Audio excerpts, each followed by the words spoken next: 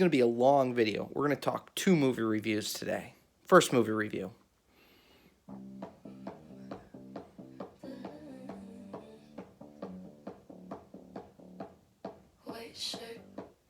So, I want to talk Bombshell. Bombshell, for those of you that don't know, is the true story of the incident that happened at Fox News a couple of years ago. It involves Roger Ailes and his sexual misconduct at the company. There was a couple of things with this movie. Number one, if you followed this story closely like I did, this is a very surfacey movie. Everything you can guess that happened in real life happens in this film.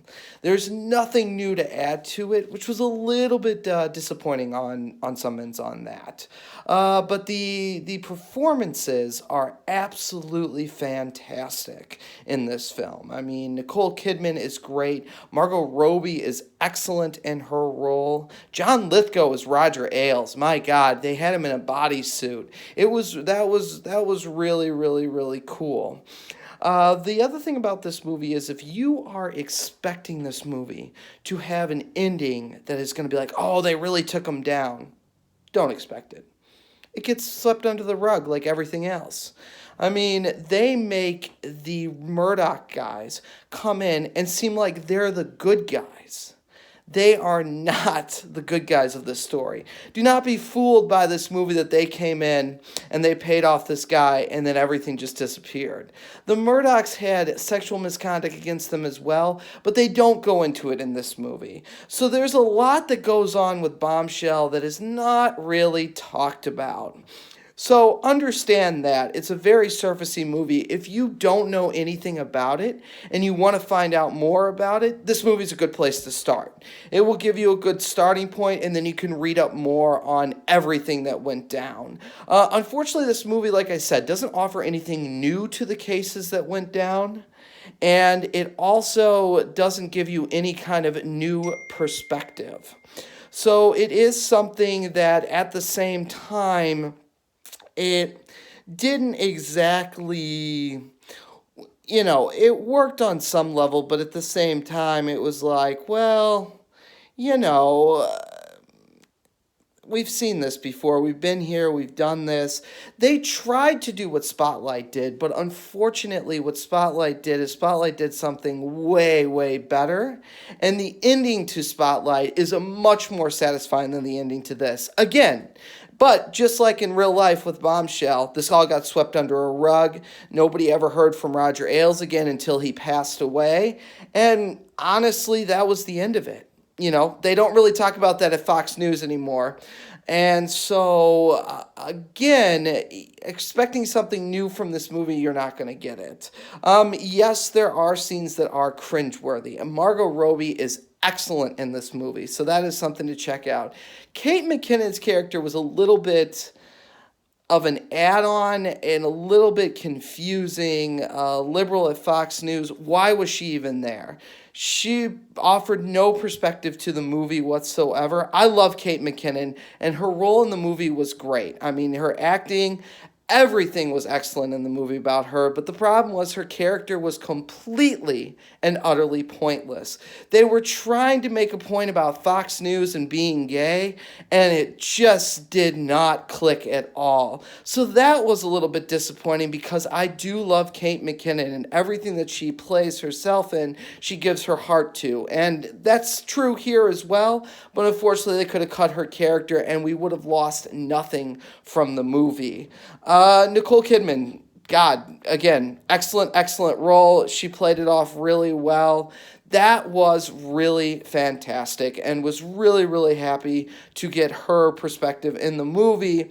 And then we also have Nicole Kidman. Nicole Kidman was dead on in this movie. I'm sorry. And Charlize Theron. Charlize Theron played really well as Megyn Kelly. She played it off very, very well. You can't, in some scenes, you can't even tell that it's Charlize Theron. You think you're looking at Megyn Kelly on the screen. They did a really good makeup job. She acted it really, really well. The only time there are not actors on the screen is when they show scenes from Fox News or when they show pictures of the women that actually came forward against Roger Ailes. My final score on this is Probably about a 7.5 out of 10. Let's go on to the next movie.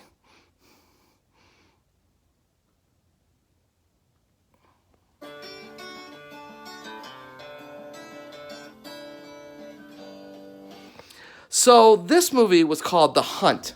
And for those of you that don't know what this one's about, well, I'm not going to tell you. This movie was excellent. It served so many twists and turns in under about 5 minutes. It has a body count higher than the first 5 Friday the 13th. And it is something that is just so much fun, and it is a great time, and especially in this wonderful, wonderful time in life that we're living in now, it's a great getaway. It was a great vacation.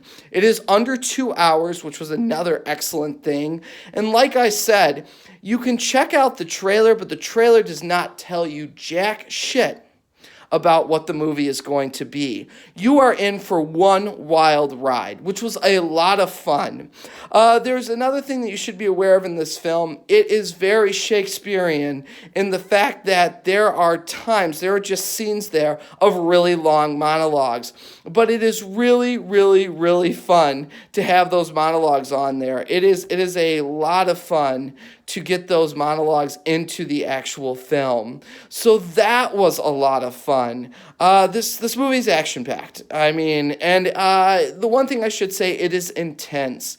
If you don't like violence, if you don't like graphic, this movie is not for you. I was sitting there with a friend in a theater. This is a friend that I go see all my horror movies with, including the newest Saw. We're probably going to go see the newest Saw once all this hoopla dies down. And I gotta say, we always pick the most violent movies.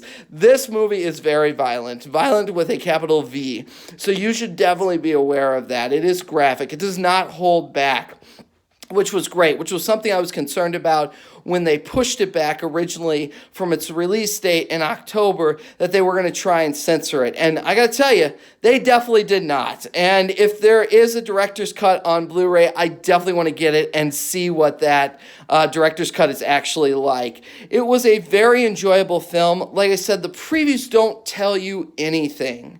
The previews really give you a minimal idea of what the movie actually is about.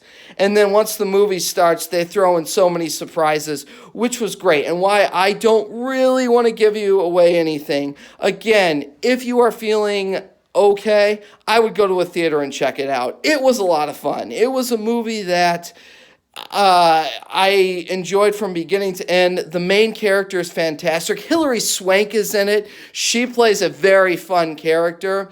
There's a nice allegory that comes in with the tortoise and the hare. That was really, really, really fun.